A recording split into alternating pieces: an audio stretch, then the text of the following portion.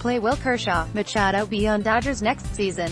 101, Tim Kurkjian breaks down the futures of Clayton Kershaw and Manny Machado after the Dodgers' loss in the World Series.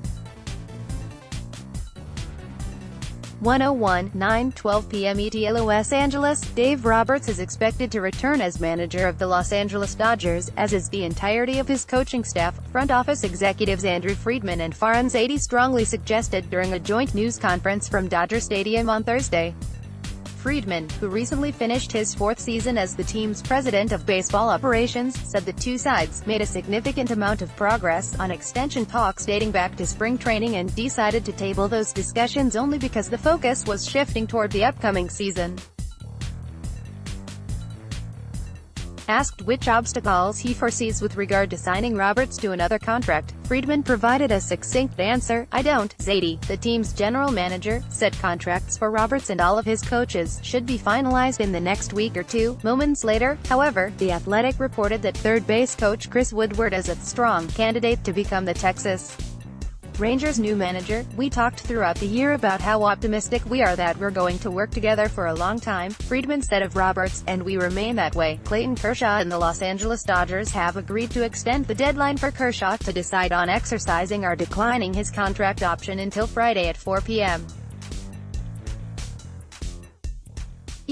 Manny Machado may not know where he'll sign as a free agent this offseason, but he seemed to bid farewell to the Los Angeles Dodgers and their fans via an Instagram post on Wednesday. Friedman and Zaidi, the principal architects of teams that made it to back-to-back World Series but ultimately came up short, were still noticeably weary from a 2018 season that only ended Sunday in a Game 5 loss to the champion Boston Red Sox. The turnaround was so quick that Clayton Kershaw's opt-out deadline was pushed from midnight ET on Wednesday to 4 p.m. Eastern Time on Friday.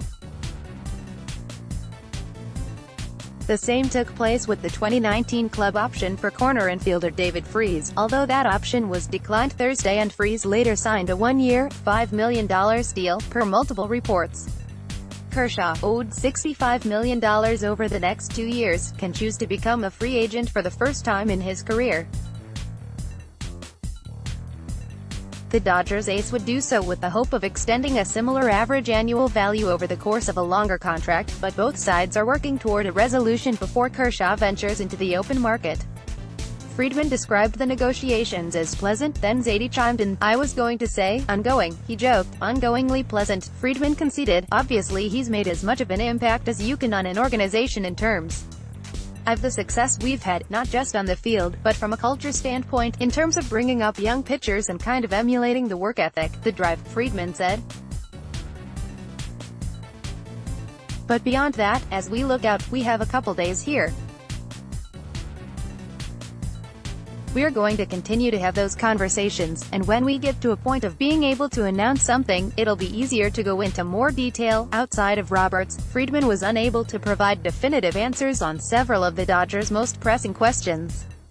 He didn't have a clear timetable for shortstop Corey Seager, who underwent Tommy John surgery and later a procedure to repair a labrum tear in his hip. Friedman is optimistic Seager will be ready by opening day, but it's too soon to know.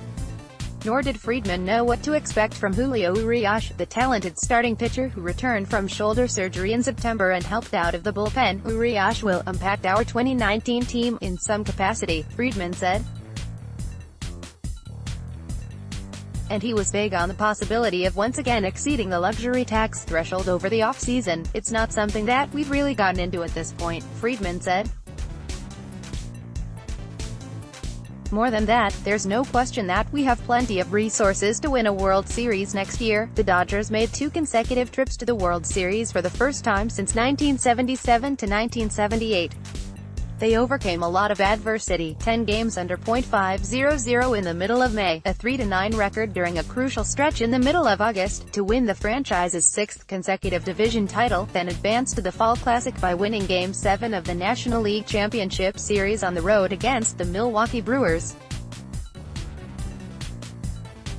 But then the Dodgers ran into a Red Sox team that won 108 games during the regular season and quickly dispatched the 100-win New York Yankees and the defending championship Houston Astros in the first 2 rounds.